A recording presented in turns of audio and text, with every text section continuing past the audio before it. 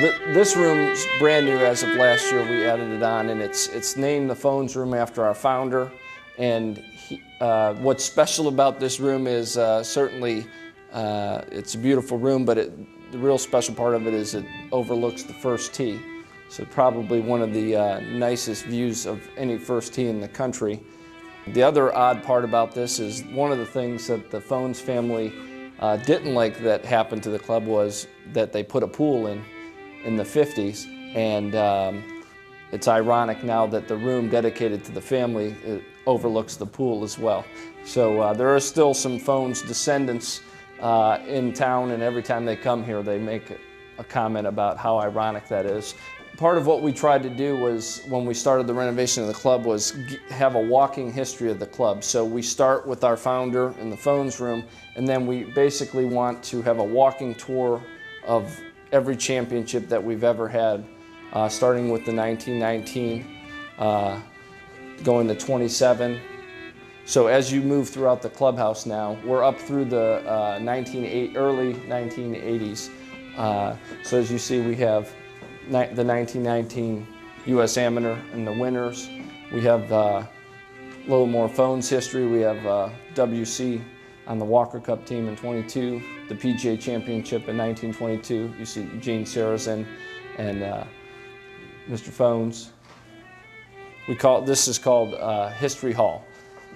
It's kind of where it all starts. So we've taken this room up. It used to seat about 250 comfortably. Now it seats about 350 comfortably.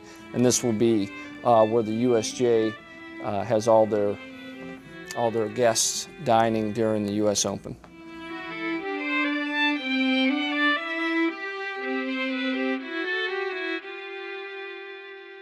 We also renovated the entire entrance and foyer of the club. That was important to us. We always felt like the club lacked that grand entrance for a club at our level. Of course, we have the trophies, the replicas of all the championships that we've held here at the club. The Ladies Open, Men's Open, PGA, and the US Amateur. This is all new. One of the things about all the stone floors that you'll see is that they're sourced here in Pennsylvania. That was important to the members. They're Pennsylvania bluestone. All the wood floors that you see are in keeping with the original floors in the clubhouse. Underneath these were all wood floors, but they were just in such bad shape we couldn't clean them up and reuse them, so we got these old boards from down south in Atlanta. It's called the living room, but this wall, since the renovation, is really the most popular. This is the 1962 US Open, the Jack and Arnie changing the guard Open, and this has become kind of everybody's favorite spot when members have guests to come show them this wall. Some great pictures. One of the features that everybody loves about the whole club is just that the whole back of the club has these great porches and these great views.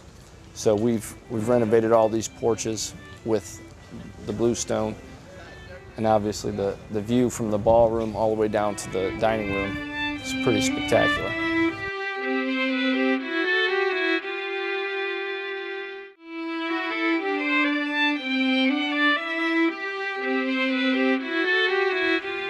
This is called the sitting room. Great little spot in the winter to sit around the fireplace and have a cocktail before dinner. Also, it leads into the what we call the club lounge. Another great spot to gather.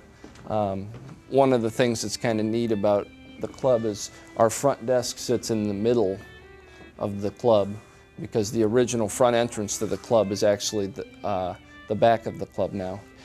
So it is in the middle of the club, so we do have to keep an eye on the front of the club when people come in, make sure they know where they're going. We have a US Open meeting in here, but we had one member donate the majority of these books, and this is called the Phones Library, but after W.C. Phones, Henry's son, who was a very decorated, qualified for 19 U.S. amateurs, worked on the executive committee for the USJ for 30 years. And this, we renovated, this is called the Runway.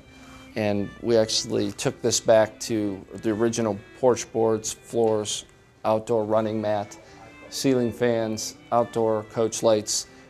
We tried to get it back to the original look. If you take a look at these photos, they'll show you that how this used to look as the front entrance of the club. So we tried to replicate the front porch feel, and I think they did a pretty good job with it. We used pictures from the 20s and the 30s to redo all these rooms, and we tried to use the same type fabrics and things like that. So that worked out really well. We think this dining room has the greatest view in the world. And after the U.S. Open, a lot of those trees will come down, and you'll be able to see most of the holes on the other side of the turnpike as well.